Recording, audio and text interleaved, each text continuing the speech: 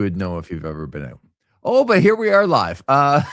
Just as I brought it on. It is Lever Sage along with James Duke Ellingson on a beautiful Tuesday, February morning. I mean, the last 48 hours in your life, Duke, probably some of the best ever. I mean, watching an absolutely unbelievable football game, 10 to 15 centimeters coming down. It's coming up, Duke. I can tell you this week, isn't it? Yeah, pretty riveting Super Bowl, wasn't it, Lee?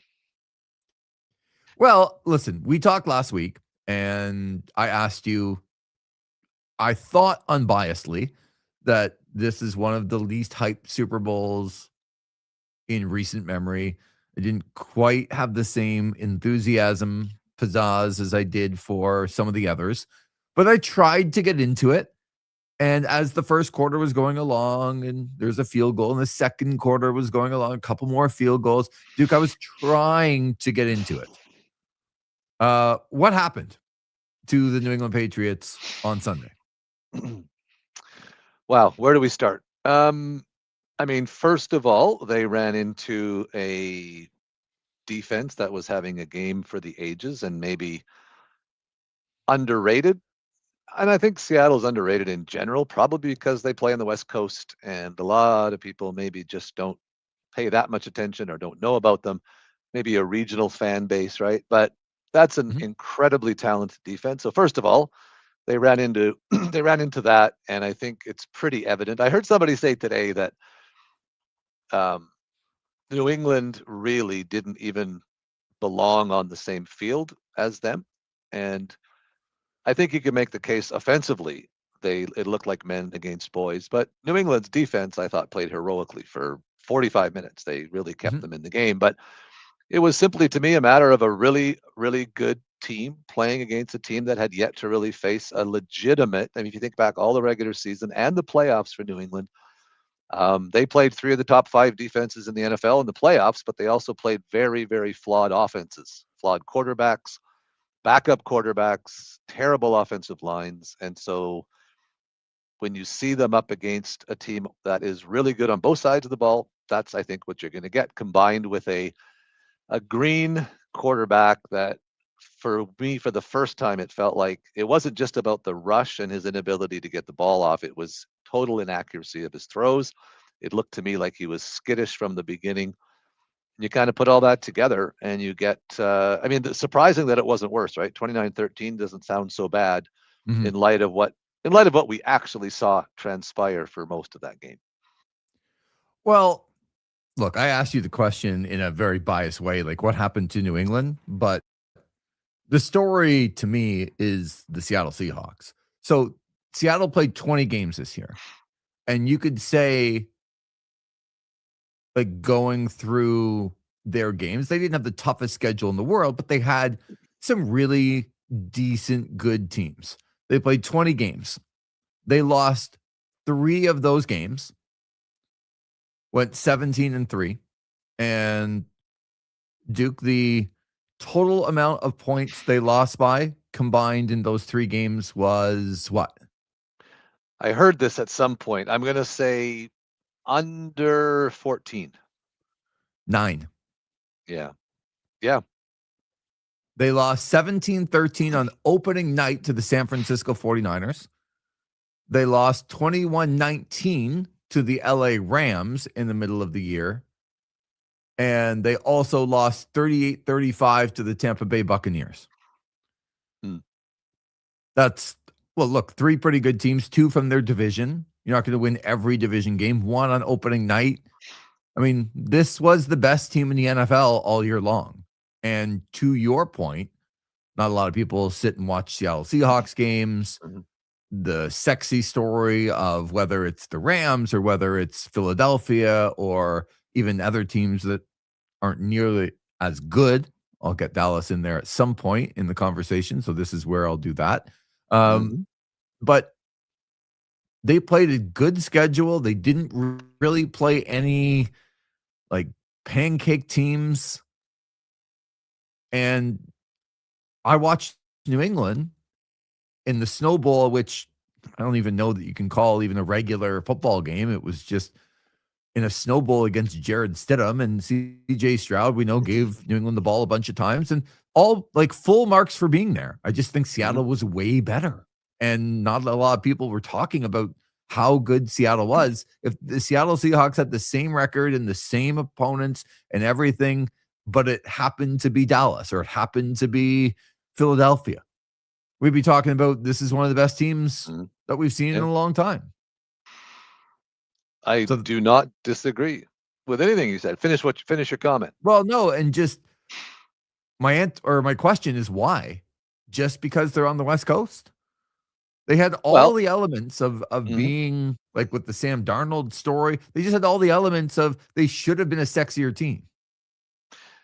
Yeah, and I think, let's face it, in the NFL, there's a pecking order, regardless of how well the teams are playing, there's a pecking order of sexy, right? And Dallas and Philadelphia and Green Bay, and you have to throw Kansas City in, even maybe just because of the Mahomes era, but Kansas City, Buffalo, Baltimore, right? There's these sexy teams that everybody seems to know and can name 5 or 6 guys on both sides of the ball. I would be impressed with you if we went back before the Super Bowl and I asked you to name 3 players on the Seattle defense.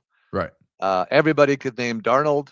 Most people could probably name Smith and Jigba, and I Yeah, don't know if they Kenneth could. Kenneth Maybe Walker. Kenneth Walker, Yeah, probably potentially. Kenneth Walker just Yes, because the skill players, but most, and Cooper Cup, I guess, if they remembered that he played for Seattle, I'm glad you right? didn't bring up DeMarcus Lawrence, but okay, yeah.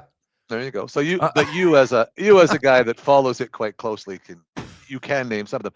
But I agree. I mean, they're a no name bunch. They're not, um, they aren't the greatest show on turf. And most of the time, right, we equate great teams or interesting teams or fun to watch teams with offense. And while they weren't pedestrian on offense, it wasn't like anybody thought they were winning because Sam Darnold had suddenly morphed into a combination of Josh Allen and Patrick Mahomes. right, They just weren't. They were nothing but workmanlike, and nobody likes, or I should say, nobody finds defense interesting and sexy unless it happens to be your favorite team.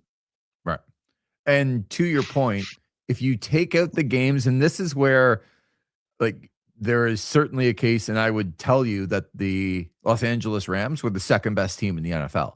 If you Hmm. take out the games that Seattle played against the Rams late in the season and the playoffs, just listen to the points they gave up. 13 to New England, and the 13 didn't even like at the end, Yeah, it was 6 right? or 7. Six Yeah. 6 points to San Francisco, 3 points to San Francisco, 10 to Carolina, 16 to Indianapolis, 9 to Atlanta, and nothing to Minnesota. Those were their last like 10 games, minus the 2 games they played against the Rams, where You know they what's so gave up. interesting?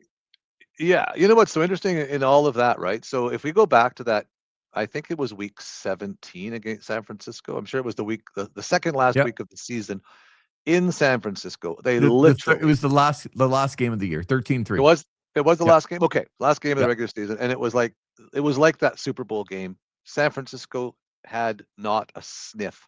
Right. I mean, they were just absolutely embarrassed and humiliated. And yet, you go back a few weeks before that to that Thursday night game when the Rams had the, what was it, 12-point lead, 11-point lead in the fourth Yep. quarter. If Seattle didn't win that game, come back and win it at the end with a 2-point conversion, very, very, very likely the Rams would have finished ahead of them, finished with the Yep. right first. Seattle would have had to go on the road, would have had to go to LA. It could have been a whole different ending. So it wasn't like, all those numbers aside, that's a dominant defense, but they came within this much. And even then, they almost lost to the Rams in the playoff game anyway. So it wasn't Mhm. like they dominated every team. They did just enough to win, but certainly defensively, those numbers are super impressive. And it tells you, I think, how good Matthew Stafford and Sean McVay are to do what they did against that Seattle defense in that playoff game. They almost beat them, and they put up what, 27 points? Was it 27 Yep. or 24? 27? Yeah. 27. So And the so other game in December was 38-37. right. And That let me ask you this question rhetorically: how much more interesting would this game have been, the Super Bowl, Mhm. if Buffalo had made it? Just right, if that was Josh Allen and their Mhm. offense again, like how much more interesting would that game have been? Well, I'll ask you another rhetorical question. How bad would the game have been if Jared Stidham had beat the New England Patriots? We should all be thankful. They still might be playing, and it would be 0-0 because that Denver defense is nothing to Right. look down your So nose at we either. we But can no, look at it both ways, but you're right. yeah, It's sometimes it's too bad when injuries pile up and the good yep, teams don't kind of get to their maximum potential because you end up seeing, and again, not a slight against New England because Denver was also there, but you see that those teams to me weren't in the range of Buffalo, and Buffalo just didn't get there. yep, They didn't play well enough in the regular season. They put themselves behind the eight ball, and it's hard to win all the road games in the playoffs. Like yep. 14-3 and 14-3 got to the Super Bowl. Number one seeds got to the Super Bowl. And there's a reason why number one seeds, we talk about the fun stories of the number 6 seed and everyone goes, "Oh, remember Mhm, the Giants and remember the Steelers." It's like, yeah, it yeah, was twice in the last 20 whatever years. yeah. Not to put too Most of the fine a time, point it's on not it, that. but the Patriots were the second seed, not the first seed. But the first seed would have made it had Bo Nix not gotten hurt. I think we could all agree on that. Right. Well, you had So 2 let pretty me bad let me. teams at the top of the I, AFC. I know this is supposed to be quote unquote you interviewing me, but it's really a No, conversation. no, So let Duke, me ask hold you. on, and I wanna hold on, I just wanna make sure that people know, and all of the listeners right now know, people watching, listening from all over the world. We do things our It's a own lot. way here. You wanna interview me for the rest of the time? Yep. Great. You wanna just tell stories about being the greatest, like, when I talk about you and Duke Ellington, 1989, one of the greatest Grey Cups in history. Make sure you ask him about that and not the next, like, 4 years in Ottawa. Like, that's how I make sure, like, no, the guy that played in the '89 Grey Cup, not the guy you remember the rest in the early '90s. And not the 1889 Grey Cup either. Yeah, So let me ask you this: yeah. how many quarterbacks in the NFC would you, if I said to hypothetically, if I said to Mike McDonald, but that's not really fair because he'd be biased. But if I said to anybody that follows football, Mhm, how many NFC quarterbacks would you take right now to start next season mhm. ahead of Sam Darnold? If you could flip Sam Darnold with any quarterback, how many of them would you say, yes, I would take this quarterback Hmm, okay. going into 20? Who would be on that list? Well, let's go through them. NFC only. Yeah, certainly Matt Stafford Yep. would be a discussion. And I wouldn't take Now, him if it was 3 years, like if you needed to have somebody for the next 3 years, because he's no, he's probably yeah, 1 year maybe, and that's probably it. So next year, I would agree. I would take Matt Stafford. but it's a discussion still. I mean, Sam Darnold beat Matt Stafford twice Mm, in the big games yeah. down the stretch. So, I mean, it's a discussion for sure. Other than Dak Prescott, I can't think of anybody. Well, and, No, and that's why I brought this up because I personally would take Dak Prescott over Sam Darnold in a heartbeat. I would take Jordan Love. I would take Caleb Williams. I you would. definitely, You would absolutely, take Caleb Williams. absolutely, because now we're talking beyond. I'm saying going into next year, and if you want to have him Yeah. for 5 years or 10 years, whatever. I'm just No, saying next year a you would swap. take Caleb Williams. I would take Caleb Williams, and I Oh would man. probably. Let me try. I was going to say, would I also take Jaden Daniels, but I probably would not. So I No. think I would take at least four, maybe five quarterbacks, and just I would swap out. And I would say the Seattle Seahawks would have a better chance of repeating as Super Bowl champions Mhm. with any of those guys. So that's again back to the idea, and that sounds like a slight on Sam Darnold. It's really not. It's just the reality that he, as good as well as he played over the regular season, and as well and clean as he played in the playoffs, not a single turnover, Mhm. fumble or interception. You saw what his ceiling is against another really good defense in New England. I mean, Yeah. what they put up uh, 22 points, right? Five field goals Yeah. and a touchdown on a short field after the fumble. I would say he made, I think he was under 500 in passing, under 50%. I think it was Mhm. 18 for 39. He made that nice throw on the touchdown on a great play design. I can't even think of another good throw he made all night. So, Well, to your point, in the red zone when it mattered, yep, they came up with field goals, and if New England had come back to win that game, all people would be talking about is that the Seattle right, Seahawks and Sam Darnold didn't get it done right, in New England's territory, and that cost them the game. right. And if you had Dak Prescott back there in that game, everything else exactly the same, Yeah. I don't So think they would have been kicking I 5 field goals. would take Matt Stafford. I would think about taking Dak Prescott. I would not be taking Caleb Williams. Yep. Not a chance in the world. And I probably wouldn't take Jordan Love either. Really? Yeah. Wow. Okay. But I could entertain a conversation with Brock Purdy. I think Brock Purdy Mhm. is Sam Darnold, and Sam Darnold is Brock Purdy. I think that they're Mm. relatively similar in some of the things that they can do for Yep. your offense, Would you but take Jared Goff? I might. Yep. Mhm. So, all it does is underscore the fact that as good a story as the Sam Darnold journey has been, Mhm. he's not a guy that you would say, "Oh, man, if we had Sam Darnold, we'd go win a Super Bowl," unless your defense is as good as Seattle's, right? So Yeah. you don't have Now to in punch. saying that, he's 31-7 in his last I 38 know. football Right. games, Yeah, right? and So, Minnesota had a not as great, but they had very good defense last year too. But all you ask your quarterback to do is go out there and win games and not lose games, right, for your team. Um, yeah. game So, anyways, manager. it's interesting. Well, So yeah, be a game so manager. Duke, the beauty of this format allows us to kind of flesh out different discussions. I'll start one by simply asking you, why did Mike Vrabel not go for 2 points when they scored their touchdown? Wow. Down down 17-6.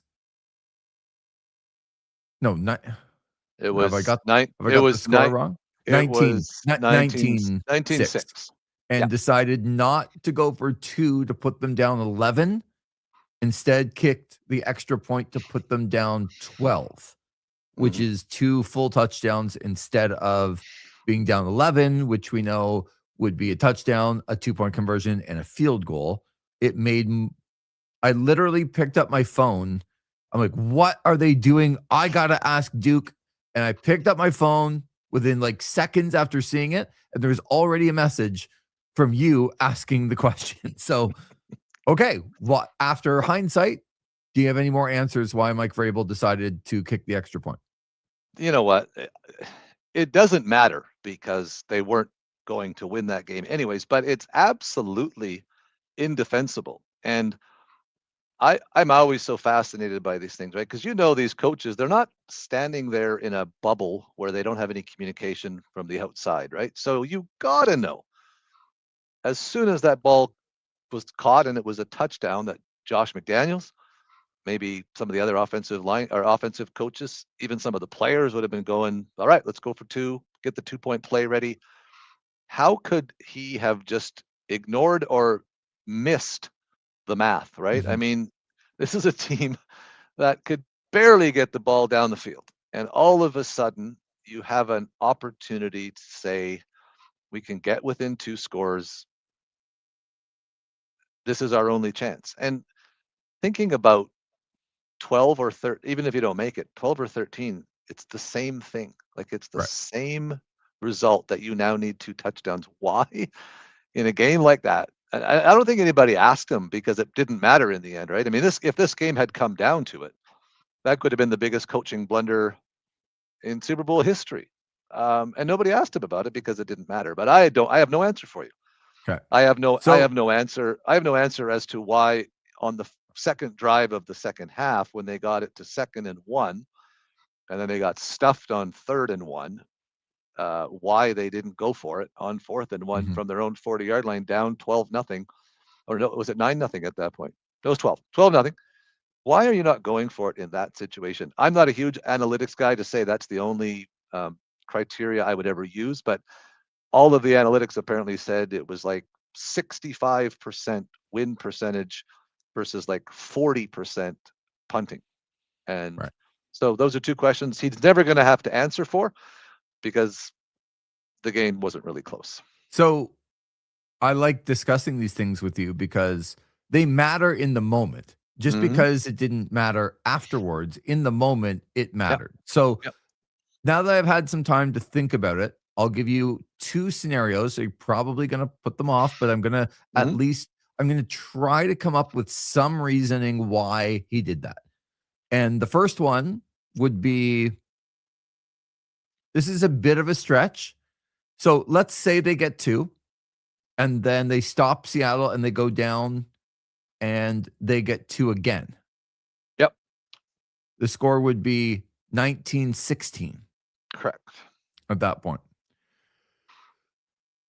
Mike Vrabel thinking he's not going to get that many more possessions, keeping the ball. Is there any thought that the first time I put my field goal kicker out in the entire game in the Super Bowl will be with a minute to go in the fourth quarter with the game on his foot to try to bring it to overtime? I want to get him out there before that if we ever get to a scenario.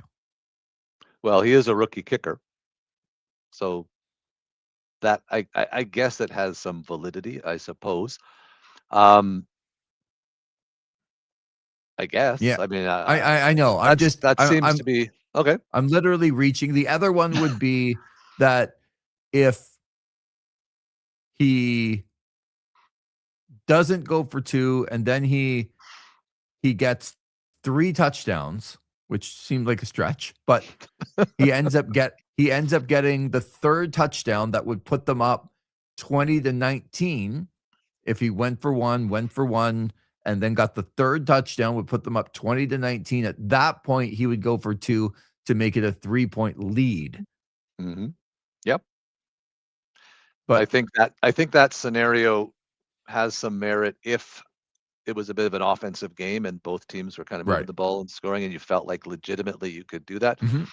Here's another what if. What would he have done? You know, the old so let's say he went for 2 and got it, so he's down 11.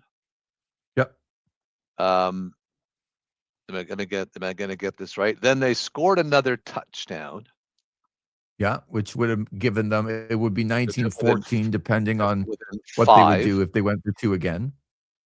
Right. No, I'm If thinking about those scenarios now where teams will go for 2 the first time to Yeah, see if no, they they need. wouldn't have been in that, they No, they wouldn't have wouldn't been have been in that that that wouldn't have scenario. worked. So he would have had to go for 2 at that point. Yeah. So, Yeah, yeah, no, I mean, if he thought that far ahead about the whole premise about my kicker being out there and letting him kick an extra point instead of having to kick a game-tying field goal, then wow, that's some foresight, and that should have been talked about long before, during Super Bowl week. But no, I just think he had to have just blanked out because there's no way to yeah. defend it in my mind. Okay. So you and I were talking about, well, New England, they're young and Drake May's young. And by the way, no quarterback that has got to a Super Bowl in their second year has ever made it back to the Super Bowl. Yeah. Okay. Don't want to throw, I mean, it's not a Yes. ton of Yes, you do. guys. So, Yes, you do. well, I You kind of do. I didn't until suddenly you took pot shots at last year's Super Bowl at me and how great the game was because Philadelphia blew out Kansas City. And then I'm like, you know what? Okay, I don't feel as bad going back at the Patriots now. Um, but you and I were talking about next year's schedule because I think a lot of people see, okay, New England didn't have it this year, but they almost got there, and their quarterback's young and he's really good, and they got a really young team, and boy, they're gonna be right back there. Are they? Mm, yeah, yeah, no, exactly. So a couple things. You also brought up the great trivia question that now quarterbacks with the initials DM are 0 and Oh, 3 and in three, Super baby. Bowls, joining Dan Marino and Donovan McNabb. And this team is young. It was pointed out, I think, over the weekend, maybe on Monday, that I heard, the 2 rookie offensive linemen that just got their hats handed to them on Sunday night. The guard is 21, and Will Campbell, the tackle, Yeah, is 22, and Drake May is 23. So, this team has got lots of upside, and they're going to only get better. But we looked at the schedule, and for those that maybe don't know how the NFL schedule works, it's always about parity, and it's always about finding that consistency year in, year out. So every team plays its own division home and away. So there's 6 games, and then each division rotates and plays one other division in their conference and one other division in the other conference. And then the remaining games are based on where you finished in the standing. So that's really the only 2 games that are kind of wild cards, if you will, that you play a team that finished at the same first or second or whatever it is in another division that isn't in those other preset divisions. And so instead of getting what the Patriots got this year, which was 11 games against teams who fired their coaches, they've got to play. I can't remember now off the top of my head, Lee. It was NFC North, right? So they get Green Bay, Chicago, Detroit, Yeah. and who's the Minnesota. fourth team? Thank you, Minnesota. Minnesota.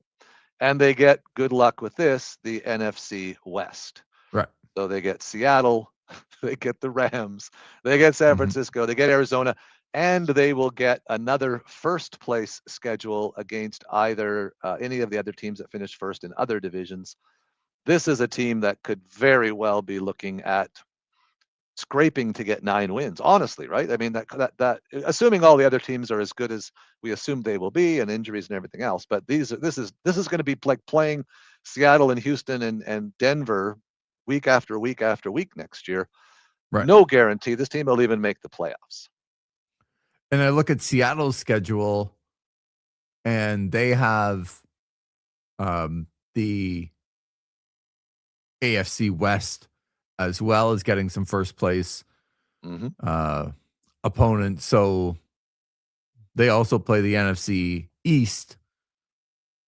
Right. So they get the Eagles and the Cowboys Mm-hmm. and the Giants and the Commanders and then the Chiefs and the Chargers and then they get the Patriots. Yep. Because of the first place, and they usually like to have a Super Bowl rematch. So, I mean, their schedule is not easy as well, but I find it easier than New England's. Like, New England's going to have a very tough Yeah. time next year, in Here's my a opinion. question on the schedule, because Seattle will open the season on the Thursday night, and they love to Yeah. find a marquee kind of matchup. The answer is no. Would you think they would go New England, or do you No. think they would go Dallas? Yep. Because I don't think they'll go in the division, because they want to have those sort of spaced out, and those are games that can often be the standalone game on a Sunday night or whatever. So I think Mhm. it could very well be Dallas. Well, it could be the sexy matchup would be the Rams again, Right. I right? just don't know if Like, they want to take. I don't know how often they do a divisional game well, as that first game. they They did did this Philly year. Dallas this year. Yeah, you're right. I was thinking about Well, the Kansas City Detroit a couple of years ago, but yeah, you're right. They did Dallas yeah. Philly last year. No, they did Dallas, Philly. I think they don't Mhm. really care. They want the best matchup. So I Yeah. think Seattle Rams, but also the Cowboys do go to Seattle this So year. there you go. So Mhm. that would also be a pretty prime time game. I know you'll hate this, but you could argue the Kansas City Chiefs coming back to try and get a little bit of redemption. Mhm. But I think the sexy matchups are they have obviously you play the Rams at home every year and Yep. they play the Cowboys at home as well. If you wanted to get a little cheeky with it, you could put the Bears in there with a nice little run Mhm. Mhm. that they had. And Uh, but to as a me Cowboy it comes as a Cowboys fan, yeah, would you like no, to no, play Seattle right no, away and get it out of the way and kind of gauge your teams where they're at against a team that is coming no, off the Super Bowl, the hangover and all that, or would you rather wait? no. I don't want to face well, I don't want to face Seattle in Seattle at all. At all, yeah. So but no, I would not wanna go there on opening night. That Okay. that would be not very good. So I think it's gonna be the Rams anyway because that's the team that pushed Seattle the most. That's the team that you said earlier in this interview, if they were just a couple of plays away, could have Mhm. been the team. There's a natural built-in rivalry. The Cowboys will bring eyes to the product for sure. Always, yeah. But my guess would be Rams 1, Cowboys 2 for Seattle to open up the year. If I was the Patriots, I'd like to be that team and to take my shot right then and there. See, Won't that's the happen, but mentality that we need on OSN, but not the mentality that Mike Vrabel and Drake May need. To get punched in the mouth again would not be a great way to start the year for them. yeah, they lost to the Raiders last year to open the season, or this past season, New England Yeah. at home. Think about that. That's legitimately going from the bottom to the top. Like Yep. that's uh any thought on Clint Kubiak at all, whether he'll have a chance with the Raiders or not? Is he just another guy? Well, I'm always a bit skeptical when it's a guy with a last name that there's some. I'm not suggesting nepotism, but I just always wonder sometimes it feels like these guys get pushed to the front of the line a bit because of their last name. But I don't know that about that situation. I would say he, like most young coordinators, is going to have to learn about being a head coach. It's just a totally different animal. He goes into a pretty good situation. I believe they have the most cap space of any NFL team. They're going Mhm. to get Mendoza. They're going to get, they've got Brock Bowers. They've got Genty. So they've got the pieces. Obviously, it doesn't matter if you don't have an offensive line, but it's got some nice building blocks there. He's got Tom Brady to mentor him. So that's good. Now I hope I wish him well. I mean, my brother's favorite team is the Raiders and has Yeah. been since 1975, and he is due for some. Although they have won some Super Bowls, he is due for some good Yeah. fortune because that team Well, as stinks. we end the interview, I take some I'm actually disappointed at your nepotism comment. I don't think it's accurate at all. I just Brian Schottenheimer's very, very angry right now. I never even thought that wasn't why I was saying it. But now that you raise the point, now that you raise the point, Yes, maybe I'm making your point for you as we end. I hadn't even thought Uh, of that. That's hilarious. yeah, fantastic news. Drake May with again one of the worst Super Bowl performances of all time in the history Hey, of hey, quarterbacking. he And threw he threw for 290 yards and 2 touchdowns. yeah, 241 in the 209 was it 241 in the fourth quarter? I think it was 241 in the 241 second half, or the second half, yeah. in the second half. Yeah, Yeah, and that's look. one of the worst interceptions ever. Not the fumble, like not the one he got hit on, but the earlier No, the one one was he threw over the middle, which was right atrocious. after he missed his wide open tight end by 20 yards right No, don't before bring it that. up. Don't bring it up. And that was at 19-7, right? That I was know. They had a little bit of momentum and everything, but that's why I'm never gonna rewatch the Super Bowl. if you rewatch that game, good for you. Like, that's Glutton for that's one I punishment. don't know that I would go back and watch ever just from the entertainment point of view. Uh, But you're always entertaining here on OSN, so we appreciate that. And then you and I, the good thing about this being over is we now get to talk about anything we want when it comes to the NFL or the CFL nice. or rules or just Can't wait. situational football between Duke and Lee talking situational football, Love that. That should right? be like a whole segment. I love it. Let's call it that. Okay, I will. Well, I got to come up with a punny name, so it'll take me a little Okay. bit to come up with a punny name that has to deal with situations and dealing with you. So it should be okay. Uh, Situationally. There you go. we're situationally different, you and I. Always great to talk to you, James. And sorry about your team. Probably a little bit of solace in the fact that you play 100 times, they're not winning any of those games. No, no. So it's not like they were that close. Sometimes that makes people feel better. I don't know if it makes you feel better, but sometimes it does. Hey, and as you pointed out, they now have the most losses of any franchise in Super Bowls. So there you go. What a shame.